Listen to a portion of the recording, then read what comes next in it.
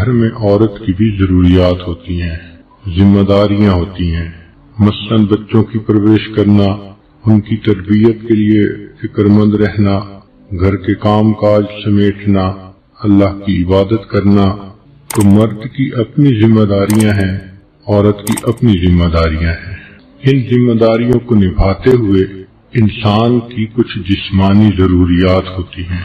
اللہ رب العزت نے ان ضرورتوں کا ایک سائیکل بنا دیا ہے۔ چنانچہ آپ دیکھیں گی کہ ہر انسان کو 8 گھنٹے کے بعد بھوک محسوس ہوتی ہے۔ کہتے ہیں کہ دنیا میں سب سے صحیح ٹائم دینے والی گھڑی پیٹ کی گھڑی ہوتی ہے۔ تو ایک انسان کھانا کھائے 6 گھنٹے 8 گھنٹے کے بعد پھر اس کو دوبارہ بھوک محسوس ہوتی ہے، اور یہ ریفیولنگ اس کو کرنی پڑتی ہے۔ تو بھوک پیاس کا ایک سائیکل ہے جو تقریباً 8 گھنٹے کا ہے۔ اسی طرح نیند کا ایک سائیکل ہے، یہ 24 گھنٹے کے بعد ہوتا ہے۔ آج آپ رات کو عشاء پڑھ کے 10 بجے سوئیں تو اگلے دن پھر عشاء کے بعد 10 بجے آپ کو نیند محسوس ہوگی۔ اللہ رب العزت نے نیند کا ایک سائیکل متعین فرما دیا۔ اسی طرح شادی شدہ زندگی میں انسان کی جسمانی ضرورت کا بھی جنسی ضرورت کا بھی ایک سائیکل ہوتا ہے۔ نو بیاہ کا جوڑے آپس میں زیادہ جلدی ملتے ہیں، بڑھاپا آ جاتا ہے تو زیادہ وقفہ ہو جاتا ہے، لیکن شریعت کے تعلیمات کو دیکھیں تو یوں محسوس ہوتا ہے کہ 1 ہفتے کا وقفہ ایک مناسب وقفہ خیال کیا گیا ہے جس پر زندگی کا لمبا عرصہ انسان عمل کر سکتا ہے۔ اس لیے حدیث مبارکہ میں ہے، جمعہ کا دن چونکہ شریعت کے مطابق ویکینڈ کا دن ہوتا ہے، چھٹی کا دن ہوتا ہے، تو فرمایا نبی علیہ السلام نے من غسل واغتسل یوم الجمعہ، جو خاوند جمعہ کے دن خود بھی نہائے اور بیوی کو بھی نہلائے۔ تو اشارہ ہے کہ میاں بیوی آپس میں ملیں۔ ایک دوسری جگہ پر ہے کہ جو نہائے اور بیوی کی خوشبو لگائے۔ تو اس سے بھی اشارہ ملتا ہے کہ اس دن کا نہانا شریعت کی نظر میں صرف میل کو چیل دور کرنا ہی نہیں بلکہ دل کے خیالات کو بھی پاکیزہ کرنا مقصود ہے۔ اس کے بعد پھر وہ بندہ جلدی اگر جمعہ کی نماز کے لیے چلے تو حدیث پاک میں اس کے فضائل آئے ہیں۔ پہلی فضیلت کہ ہر قدم پر 1 سال کے روزے اور 1 سال کی نمازوں کا ثواب ملتا ہے۔ دوسری فضیلت کہ ایسا کرنے پر اللہ تعالی خاوند کو 2 ثواب دیتے ہیں، ایک اپنے غسل کا ثواب، ایک بیوی کے غسل کا ثواب۔ اور غسل کا ثواب دوسری حدیث میں ہے کہ انسان جب جنابت کا غسل کرتا ہے تو جتنے پانی کے قطرے جسم سے گرتے ہیں ہر ایک کے بدلے اللہ گناہوں کو معاف فرما دیتے ہیں۔ اور تیسرا انعام اللہ اس دن یہ دیتے ہیں کہ ایک جمعہ سے لے کے دوسرے جمعہ تک کے جتنے گناہ ہوتے ہیں اللہ تعالیٰ معاف فرما دیتے ہیں۔ یہ کتنا خوبصورت دین ہے کہ جس نے انسان کے کھانے پینے سونے اور جنسی ضروریات تک کا خیال رکھا اور میاں بیوی کو ترغیب دی کہ دیکھو عبادت کی نیت سے ملو گے، ضرورت بھی پوری ہوگی اور تمہیں اللہ کے ہاں اجر ملے گا۔ اس کو کہتے ہیں ہم خرما و ہم ثواب، کھجور بھی کھاؤ اور ثواب بھی پاؤ۔ تو یہ انسان کی جو جنسی ضرورت ہے اس کا بھی ایک سائیکل ہے۔ جب ایک دفعہ یہ پوری ہو جاتی ہے تو پھر درمیان میں کچھ وقت ہوتا ہے جس میں خاوند اپنے کاموں میں مصروف ہو جاتا ہے، بیوی اپنے کاموں میں مصروف ہو جاتی ہے۔ جیسے سمندر کے کنارے رہنے والے لوگ جانتے ہیں کہ ایک منتھلی سائیکل ہوتا ہے ہائی ٹائیڈ اور لو ٹائیڈ کا۔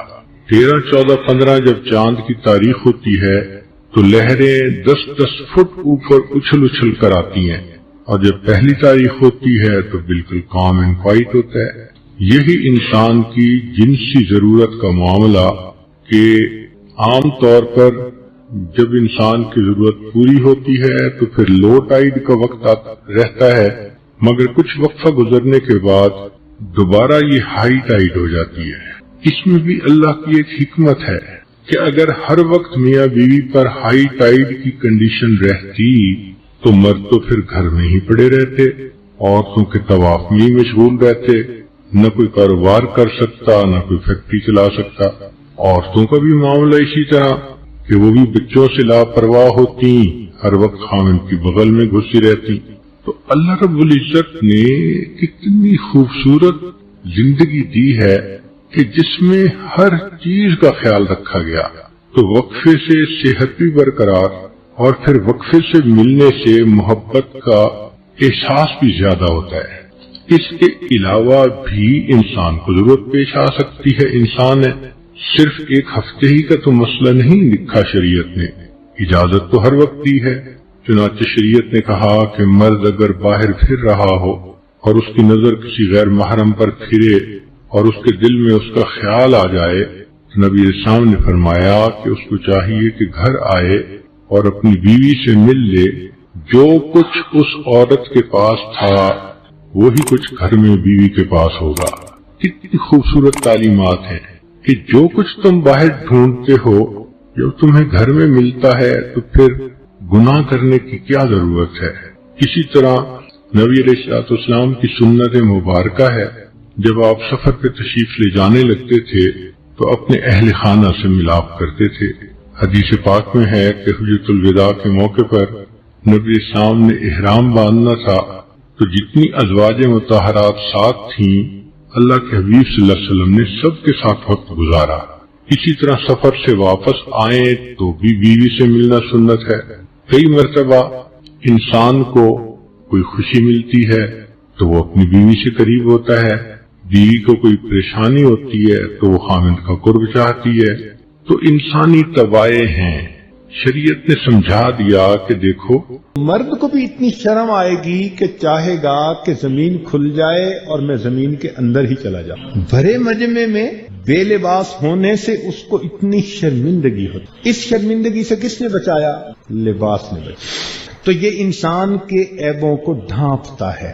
دوسری بات کہ لباس سے انسان کو زینت ملتی ہے، اس لیے تو نئے نئے کپڑے بن رہے ہیں، نئے نئے ڈیزائن بن رہے ہیں، دھو کے استری کر کے صاف ستھرے خوشبودار پہن کے مسجدوں میں آتے ہیں۔ تو لباس کی وجہ سے انسان کی پرسنالٹی کی اٹریکشن میں اضافہ ہوتا ہے۔ اچھا لباس بندے نے پہنا ہوا ہو تو یقیناً دوسرے کے دل کو بھا جاتا ہے۔ اور تیسرا نقطہ اس میں جو بڑا ہے، تو لباس گویا ایک تو چھپانے کا ذریعہ بنا۔ تو شریعت نے کہا جس طرح لباس تمہارے اعضاء کو چھپا دیتا ہے، میاں بیوی ایک دوسرے کے عیوب کو چھپا دیتے ہیں۔ بیوی خاوند کے عیوب چھپا دیتی ہے اور خاوند بیوی کے عیوب چھپا دیتے ہیں۔ لباس سے جیسے تمہیں زینت ملتی ہے، بیوی کی وجہ سے تمہارے گھر میں زینت ہے اور خاوند کی وجہ سے بیوی کی زینت ہے، اس کو ماحول معاشرے میں ایک ریسپیکٹ مل جاتی ہے۔ اور تیسری بات فرمائی کہ دیکھو انسان کے جسم کے سب سے زیادہ قریب اس کا لباس ہوتا ہے۔ کیوں جی؟ لباس سے زیادہ قریب بھی کوئی چیز ہوتی ہے؟ نہیں۔ سب سے زیادہ جسم کے قریب کیا ہے؟ لباس۔ تو شریعت نے اس طرف بھی اشارہ کیا کہ دیکھو اب تم جو زندگی کے ساتھی بن رہے ہو، تو جس طرح جسم کے سب سے زیادہ قریب اس کا لباس ہوتا ہے، اب خاوند کے لیے سب سے زیادہ قریب اس کی بیوی اور بیوی کے لیے سب سے قریب اس کا خاوند ہو۔ سب رشتوں سے بڑا رشتہ یہ ہے۔ زندگی کا ساتھی کوئی چھوٹا سا لفظ نہیں ہے جو بولا جاتا ہے، اس کو نکاح کہتے ہیں۔ اس لیے بعض کتابوں میں لکھا ہے کہ النکاح نصف الایمان، نکاح آدھا ایمان ہے۔ کیا مطلب؟ کہ کنوارا بندہ جتنا بھی نیک متقی پرہیزگار ہو جائے، ابھی اس نے آدھے ایمان کو کور کیا، بقیہ آدھا تب کور ہوگا جب نکاح کر کے جو اس پر ذمہ داریاں ہیں یہ ان کو پورا کرے گا۔ اسی ایک روایت میں آتا ہے کنوارا آدمی نماز پڑھتا ہے تو اس کو ایک نماز پر ایک نماز کا ثواب، اور شادی شدہ نماز پڑھتے ہیں تو بعض روایات میں ایک نماز پر 21 نمازوں کا ثواب، اور بعض روایت میں ایک نماز پر 42 نمازوں کا ثواب۔ تو شارحین حدیث نے لکھا کہ یہ ثواب کیوں بڑھا دیا؟ وہ فرماتے ہیں کہ اس کی وجہ یہ تھی کہ اللہ رب العزت نے فرمایا اب میرے اس بندے پر حقوق العباد بھی آ گئے، جب یہ حقوق العباد کو پورا کرنے کے ساتھ میرے بھی حقوق کو پورا کرے گا، میں پروردگار اس کے عملوں کی قیمت ہی بڑھا دوں گا، ریٹ بڑھا دوں گا۔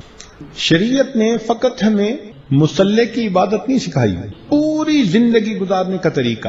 یہی تو حسن و جمال ہے اس دین اسلام کا، یہی خوبصورتی ہے شریعت کی. قدم قدم پہ اوپر ہمیں گائیڈنس ملی. چنانچہ ایک نوجوان کہتا ہے کہ جی میرا نکاح ہو گیا، مجھے تو پہلے بتائیں کہ نکاح کے لیے میں بیوی کیسے پسند کروں. تو نبی علیہ الصلوۃ والسلام نے فرمایا کہ عورت کو 4 وجوہات سے پسند کرتے ہیں. یا تو اس کو خوبصورتی کی وجہ سے پسند کرتے ہیں، جمالہا. کبھی کبھی اس کو اس کی مال و دولت کی وجہ سے پسند کرتے ہیں، ولی مالہا. اور کبھی کبھی اس کو اونچے خاندان، ولی حسبہا، اونچی فیملی کی وجہ سے پسند کرتے ہیں. اور کبھی کبھی والدینہا، اس کی نیکی اور دینداری کی وجہ سے اسے پسند کرتے ہیں. تو نبی علیہ السلام نے فرمایا کہ تم اپنی بیویوں کو ہمیشہ دین کی وجہ سے پسند کر. چنانچہ نیکوکار بیوی جو ہوگی وہ زندگی کی بہترین ساتھی ہوگی. جو خدا کی وفادار نہیں وہ بندے کی کیا وفادار ہوگی. جس سے آنچل ہی نہیں سر کا سنبھالا جاتا، اس سے کیا خاک تیرے گھر کی حفاظت ہوگی. تو شریعت نے کہا کہ تم بیوی کو نیکی اور دین کی بنیاد پر پسند کرو. چنانچہ جب نکاح ہو جاتا ہے، میاں بیوی زندگی کے ساتھی، شریعت نے انہیں ایک تعلیم دی. نبی علیہ السلام نے فرمایا خیرکم خیرکم لأہلہ، تم میں سے سب سے بہتر وہ ہے جو تم میں سے اپنے اہل خانہ کے لیے بہتر. ایک رول دے دیا، اس کو تھمب رول کہتے ہیں. اگر کسی بندے کے بارے میں آپ جاننا چاہیں کہ یہ کیسا ہے، فرمایا اس کے دفتر سے پتہ مت کرنا، بزنس سے اندازہ مت لگانا، اس کے دوستوں سے اندازہ مت لگانا. لگانا ہو تو اس کے اہل خانہ، بیوی اور بچوں کے ساتھ یہ کس طرح کی ڈیلنگ کرتا ہے وہاں سے اندازہ لگا. وہاں اصلیت کھلتی ہے، وہاں سب اوپن ہو جاتا ہے بندے کا. یہ بناوٹ، یہ تصنع، یہ تکلف باہر چل جاتے ہیں، لوگوں کو کیا پتا. لیکن گھر میں تو بندہ ایکسپوزڈ ہوتا ہے نا سب کے سامنے، سب کو انسان کے کچے چٹھے کا پتا ہوتا ہے. تو نبی علیہ السلام نے فرمایا خیرکم خیرکم لأہلہ، تم میں سے سب سے بہتر وہ ہے جو تم میں سے اپنے اہل خانہ کے لیے بہتر. اب اہل خانہ کے ساتھ اچھی زندگی گزارنے کے لیے بندے کو ایک صفت چاہیے جس کو تحمل مزاجی کہتے ہیں. جس شخص کے اندر تحمل مزاجی کی صفت ہوگی ہمیشہ اچھی زندگی ہوگی ازدواجی. اس کی تحمل مزاجی کیا ہوتا ہے کہ کسی بھی بات پر انسٹنٹینیسلی ریئیکٹ نہیں کرنا، چھوٹی سی بات پہ فوراً فلیئر اپ نہیں ہو جانا، غصے میں نہیں آ جانا. کوئی اگر بات دیکھ رہے ہو، سن رہے ہو، تو پھر پہلے سوچو کہ میں اس گھر کا بڑا ہوں، ذمہ دار ہوں، مجھے اللہ نے اس جماعت کا امیر بنایا ہے. جماعت کے امیر کون ہوتا ہے؟ یہی تو کہا الرجال قوامون علی النساء. اس کا ترجمہ یہی ہے کہ تمہیں ہم نے عورتوں کا امیر بنایا. تو امیر کو تو خیال رکھنا پڑتا ہے پورے گھر کے چھوٹے بڑوں کا.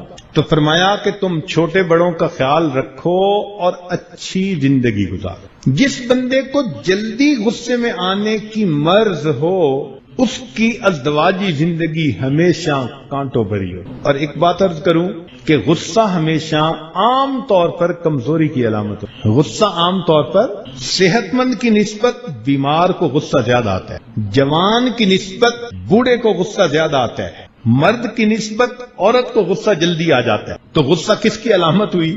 کمزوری.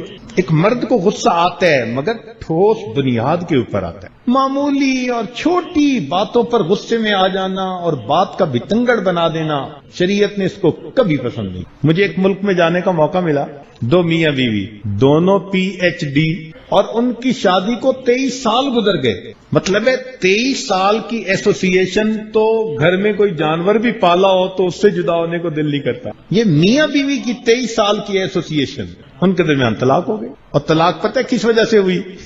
ایک دن خاوند کی طرح آنکھ دیر سے کھلی، دفتر جانے کا وقت ہو چکا تھا تو وہ اٹھا، اس نے کہا کہ میں ٹوتھ برش کروں، تو کوئی واش روم کے اندر تھا، آکوپائیڈ تھا. اس نے کیا کیا کہ وہ کچن کے اندر چلا گیا تو وہاں جو شینک لگا ہوتا ہے نا کچن میں، وہاں اس نے جلدی سے ٹوتھ برش کیا آدھے منٹ میں اور ناشتہ کیے بغیر وہ دفتر کی طرف بھاگ گیا. میٹنگ میں جانا تھا. اب بیوی صاحبہ جب آئیں اور انہوں نے دیکھا کچن کے شینک میں ٹوتھ برش کیا اس نے، میرے خامند کو ذرا بھی سوفسٹیکیشن کا پتہ نہیں ہے. یہ مرد ہوتے ہی رف اینڈ ٹف ہیں. PhD تھی نا، سارا دن اسی پر سوچتی رہی. چنانچہ شام کو جب خامند آیا الجھنا شروع کر دیا. تم اتنا پڑھ لکھ گئے ہو, تمہیں ذرا بھی تمیز نہیں ہے.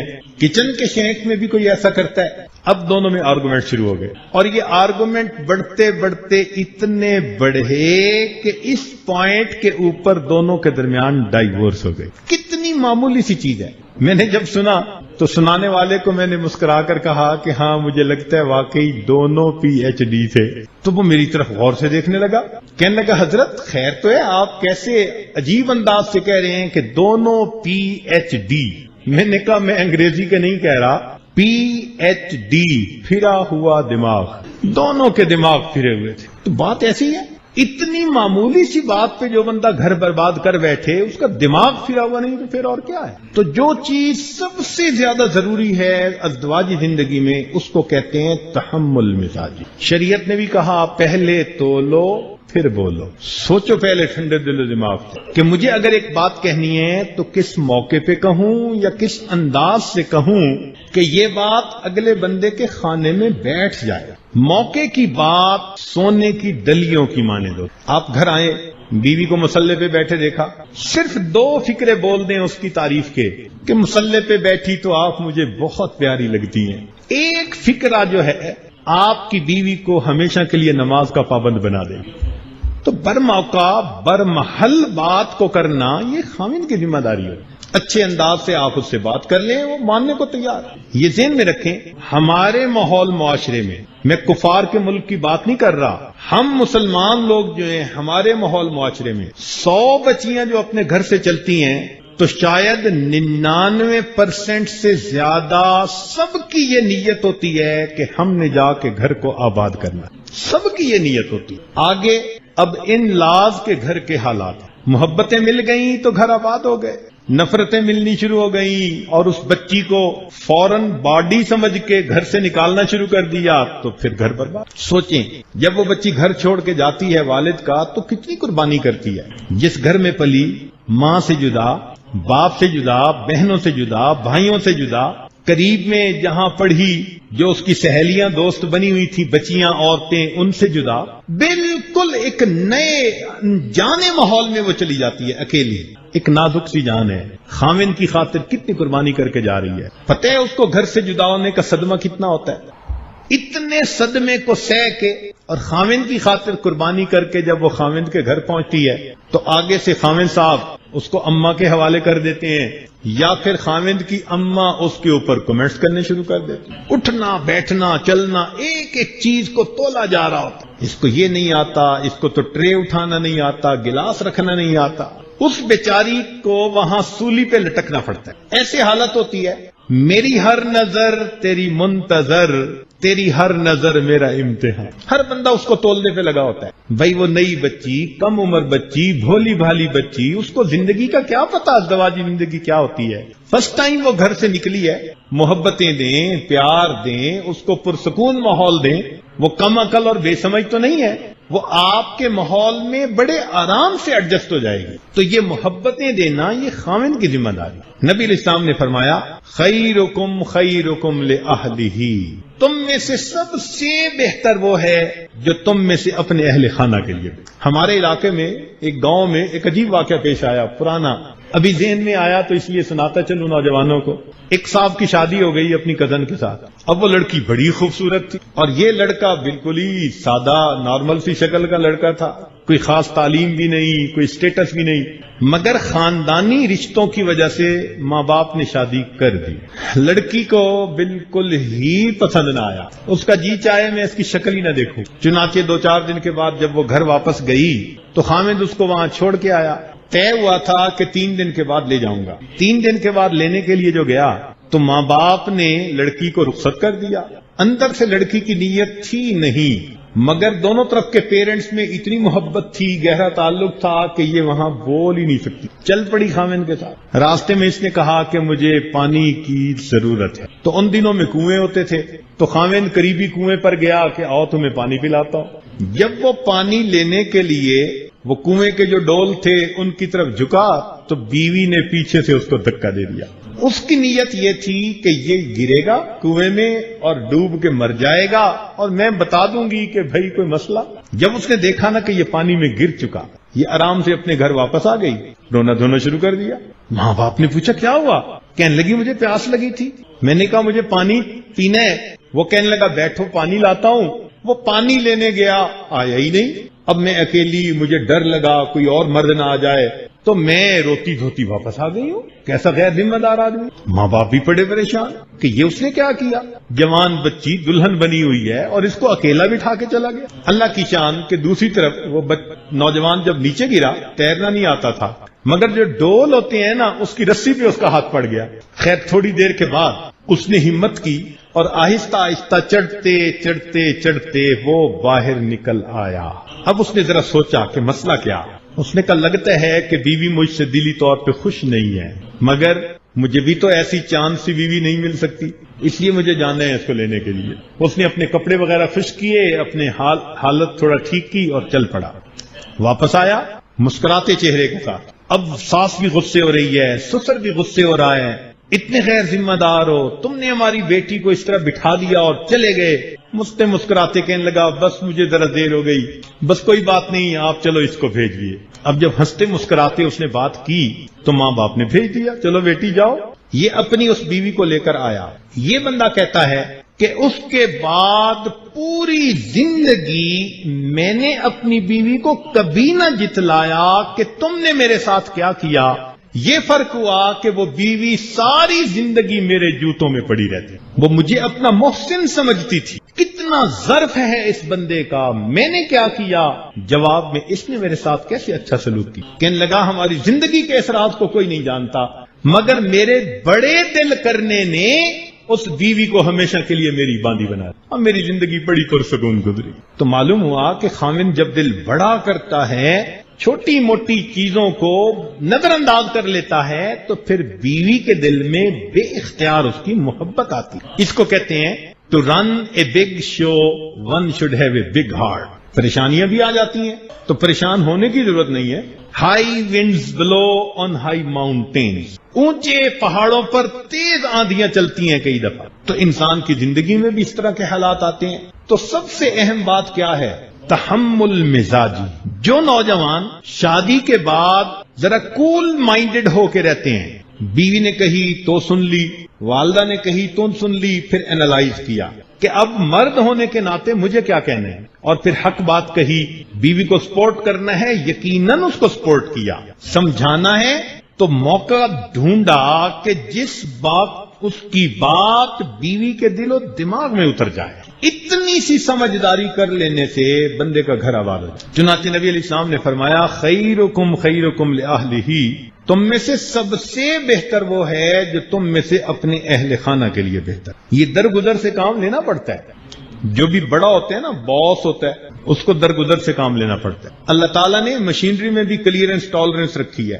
یہ جتنی میکینیکل مشینری فٹ ہوتی ہے نا، اس کے اصول ہیں۔ شیفٹ اتنی موٹی ہوگی تو بیئرنگ کا سائز اتنا بڑا ہوگا، باقاعدہ ان کے اندر تھاؤزینڈز کے حساب سے کلیئرنس ٹالرنس ہوتی ہے، تب جا کے وہ مشینری فٹ ہوتی ہے اور چلتی ہے۔ تو انسانوں میں اگر کلیئرنس ٹالرنس زیرو ہو جائے تو پھر انسان کی زندگی کی گاڑی کیسے چلے گی؟ اور پرفیکٹ تو دنیا میں کوئی بھی نہیں ہے۔ خاوند اگر بیوی کی عیب تلاش کرے اور اس کو 100 عیب نظر آئیں تو بیوی ڈھونڈنا شروع کر دے تو 1000 عیب میرے خیال ہے بیوی بھی نکال لے گی۔ تو ایک دوسرے کے عیبوں پر نظر رکھنا تو کوئی عقل مندی نہ ہوئی، ایک دوسرے کی اچھائیوں پہ نظر رکھیے، توڑ کی بجائے جوڑ کی نظر سے ایک دوسرے کو دیکھیے کہ ہماری محبت کیسے بڑھ سکتی ہے، ہم کیسے پرسکون زندگی گزار سکتے ہیں۔ چنانچہ نبی علیہ السلام نے ارشاد فرمایا وَأَنَا خَيْرُكُمْ لِأَهْلِي، اور میں اپنے اہل خانہ کے لیے تم میں سے سب سے زیادہ بہتر ہوں۔ پریکٹیکل مثال دے دی۔ چنانچہ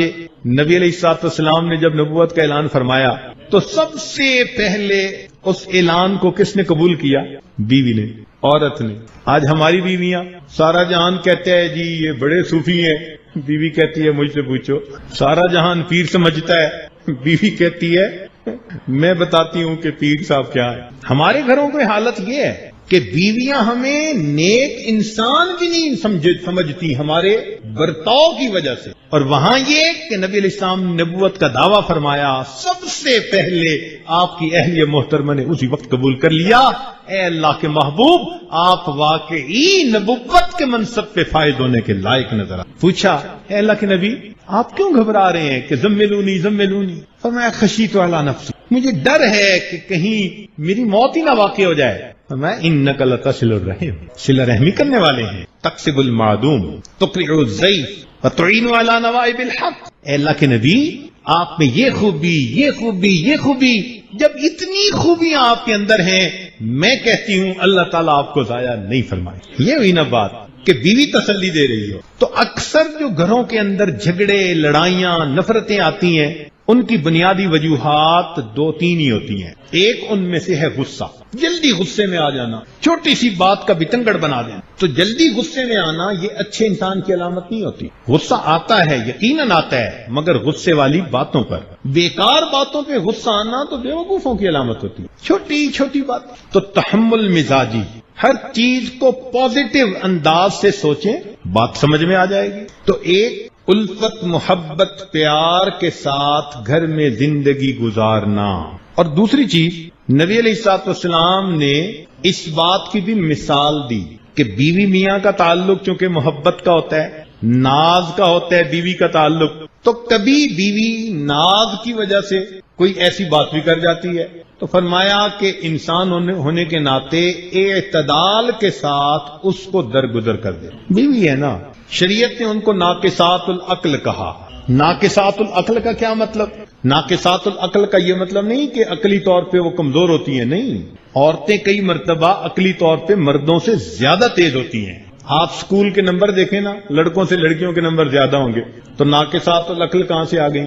شریعت نے جو کہا نا ناقصات العقل، اس کا مقصد یہ تھا کہ یہ ذرا جذباتی سوچ رکھتی ہیں، کسی سے محبت ہو تو ہائے میں قربان، اور کسی سے ذرا نفرت ہوئی تو کہتی ہیں یہ روئے زمین سے بالکل نیچے زیر زمین چلا جائے۔ ابھی یہ جو جذباتی پنا ہے نا ان کا، اس وجہ سے فرمایا کہ وہ ان کے عقل پر غالب آ جاتے ہیں، لہذا ان کی عقل ناقص ہو۔ تو اس ناقصات العقل سے پھر توقع بھی تو کرنی چاہیے نا کہ کبھی مس انڈرسٹینڈ کر جاتی ہے، کبھی پتہ نہیں کس موڈ میں، تو ناز کی وجہ سے کبھی ایسی بات کر جاتی، تو خامد کو برداشت کر لینا چاہیے۔ دیکھیے نبی علیہ الصلوۃ والسلام اللہ کے پیارے حبیب صلی اللہ علیہ وسلم گھر میں اپنے اہل خانہ کے ساتھ محبت پیار کی زندگی ہوتی، چھوٹی موٹی باتیں برداشت کر لیتے۔ چنانچہ ایک مرتبہ عائشہ صدیقہ رضی اللہ تعالیٰ عنہ کسی بات پہ ذرا خفا روٹھ گئی، تو نبی علیہ السلام نے محبت کی باتیں کی، اتنے میں صدیق اکبر بھی آ گئے۔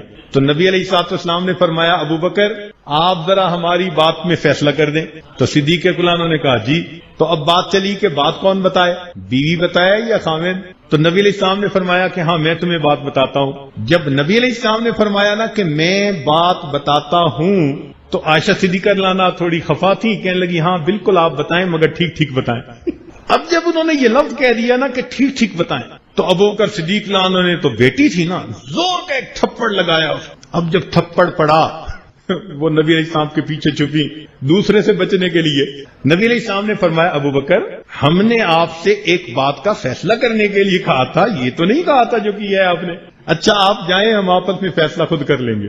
ابو بکر صدیق عنہ چلے گئے، تو عائشہ صدیقہ رضی اللہ تعالیٰ عنہ جو پیچھے چھپی ہوئی تھیں وہ باہر آئیں، تو نبی علیہ السلام نے مسکرا کر کہا کہ دیکھا ابو کے دوسرے تھپڑ سے تمہیں میں نہیں بچایا ہے نا، اتنی سی بات کرنے سے ان کا سب غصہ ختم۔ تو معلوم ہوا کہ انسان ہونے کے ناطے نیک متقی خشیت الہی رکھنے والا بندہ، اس پر بھی کبھی ایسی کیفیت آ جاتی ہے، ناز کی، کوئی غیرت کی، کوئی بات کی۔ نبی علیہ السلام عائشہ صدیقہ عنہا کے گھر میں کسی اور ام المومنین نے بڑی اچھی ڈش بنا لی کوئی، اب ان کا جی چاہا کہ میں اپنی ڈش جو ہے وہ نبی علیہ السلام کو کھلاؤں، ان کی باری تو نہیں تھی، انہوں نے غلام کو دے کے بھیجا کہ یہ ڈش لے جاؤ اور نبی علیہ السلام کو جا کر دو۔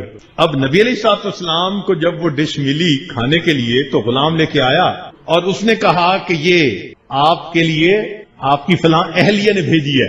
عائشہ صدیقہ عنہا کو خیرت آئی، باری کا دن میرا اور گفٹ آئے وہاں سے، ڈشز آئے وہاں سے۔ اب اس میں انہوں نے کیا کیا کہ وہ جو غلام لے کے کھڑا تھا نا، اس برتن پہ جو زور کا یوں ہاتھ کیا تو اللہ کی شان کہ وہ برتن اس چیز سمیت نیچے گر گیا، برتن ٹوٹ گیا۔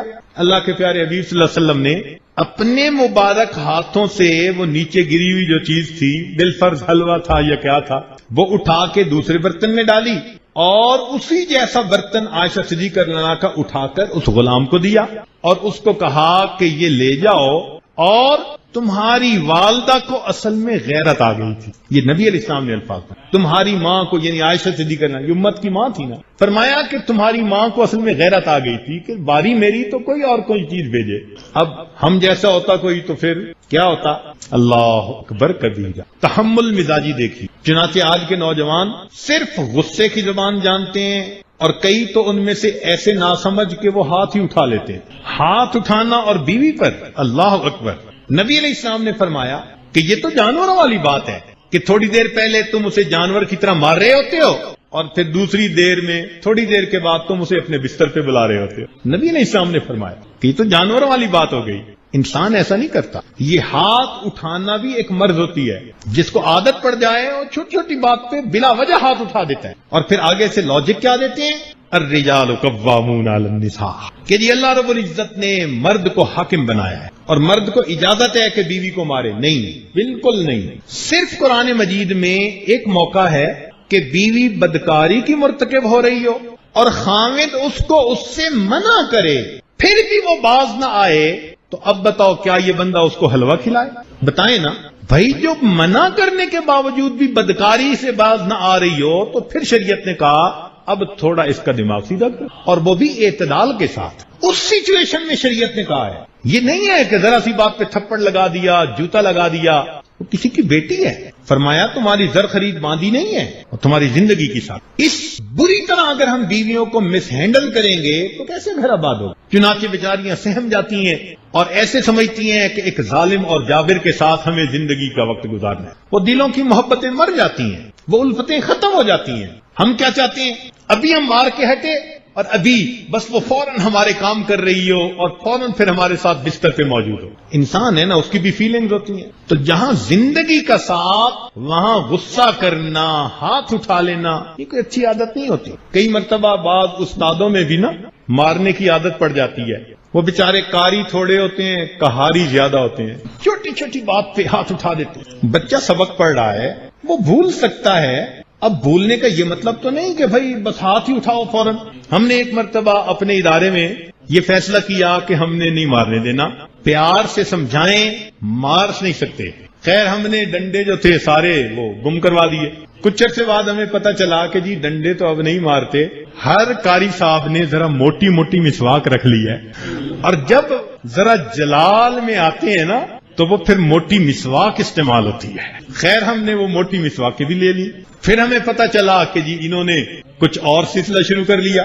تو مجھے بڑا ہی عجیب لگا کہ 2-3 دفعہ میں کوشش کر چکا ہوں، سمجھ میں کیوں نہیں آتا. تو میں نے ایک استاد صاحب کو کہا کہ بھئی آپ کیوں مارتے ہیں، سمجھاتے کیوں نہیں بچے کو؟ سمجھائیں.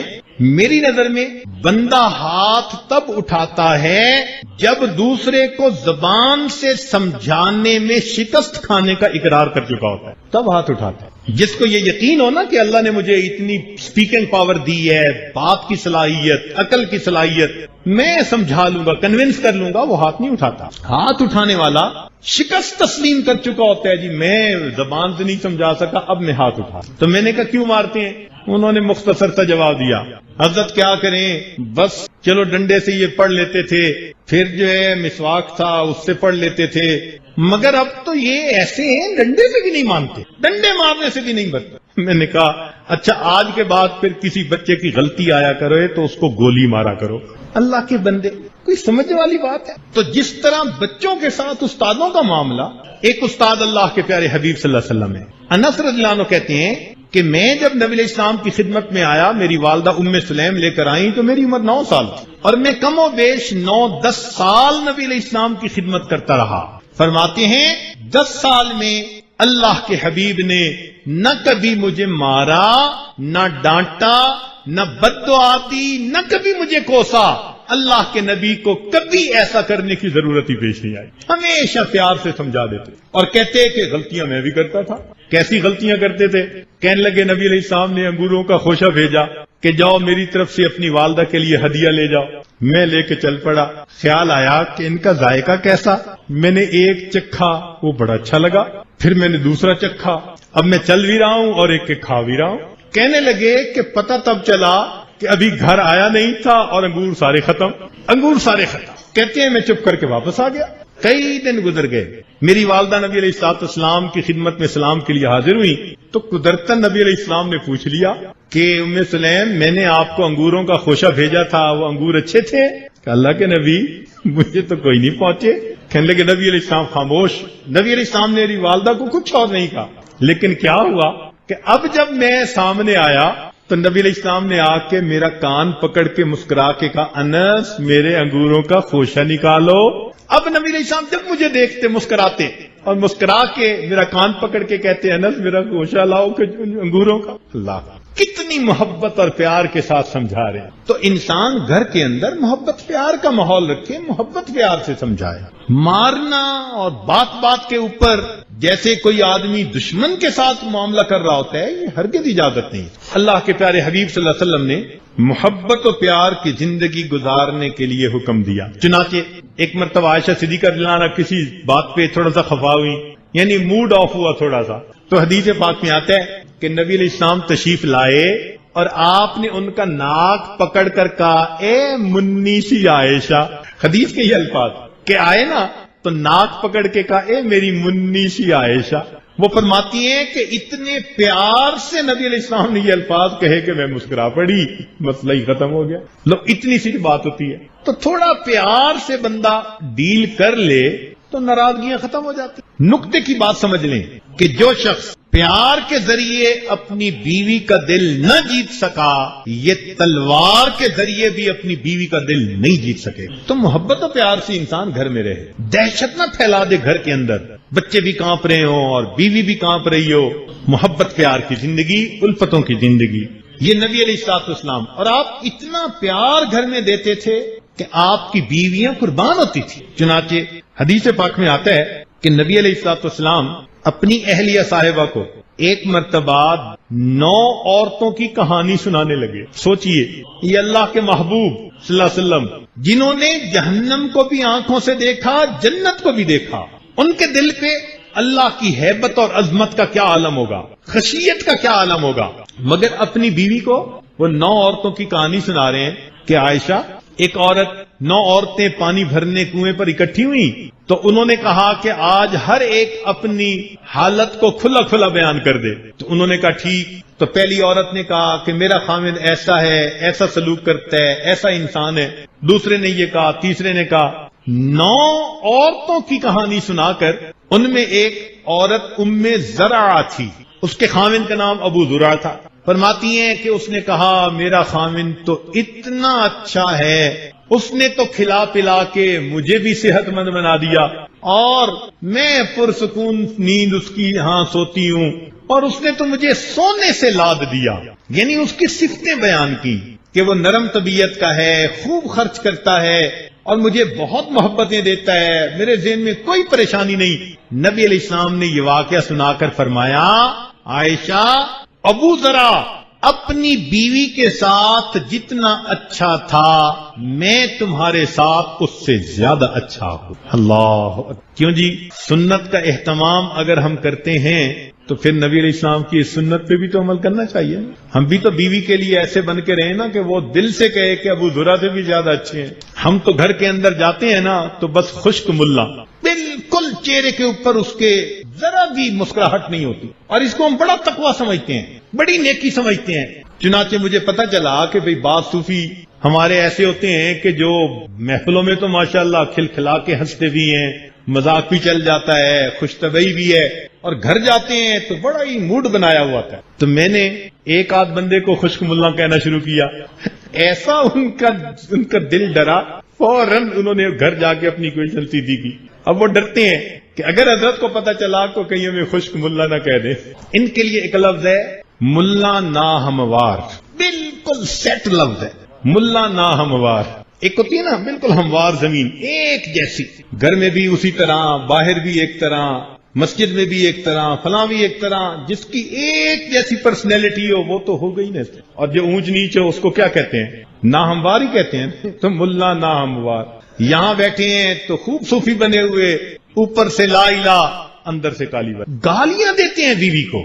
کتنی عجیب بات ہے, چہرے پہ داڑھی ہو اور بندہ بیوی کو ماں بہن کی گالی دے رہا ہو. اللہ, حیران ہو جاتے ہیں, مغلظات بکتے ہیں اور سمجھتے ہیں چونکہ ہم خاوند ہیں لہذا ہمارا حق بنتا ہے. ہرگز نہیں. نبی علیہ الصلوۃ والسلام کی پوری زندگی میں کوئی ایسی بات نہیں نظر آتی کہ آپ صلی اللہ علیہ وسلم نے کسی کو گالی دی. پوری زندگی میں. ہمیں تو نبی علیہ السلام کی زندگی کو اپنانا ہے نا. اس لیے نبی علیہ السلام نے فرمایا کہ بعض عورتیں ایسی ہوتی ہیں کہ یا غلبنا کریمہ, کہ جو نرم مزاج کے خاوند ہوں ان کے اوپر ذرا غالب آ جاتی ہیں, اور یا غلبہن لئیم, جو کمینے قسم کے خاوند ہوتے ہیں وہ ان پر غالب آ جاتے ہیں.